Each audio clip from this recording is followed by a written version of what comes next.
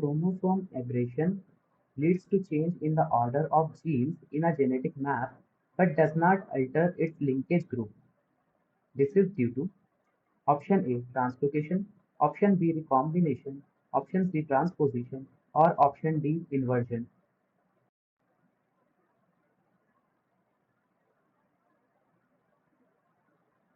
So the correct answer would be option D.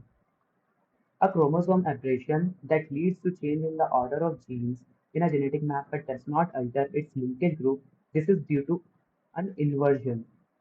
Inversion occurs when a segment of chromosome breaks off and flips around and reattaches in the reverse orientation.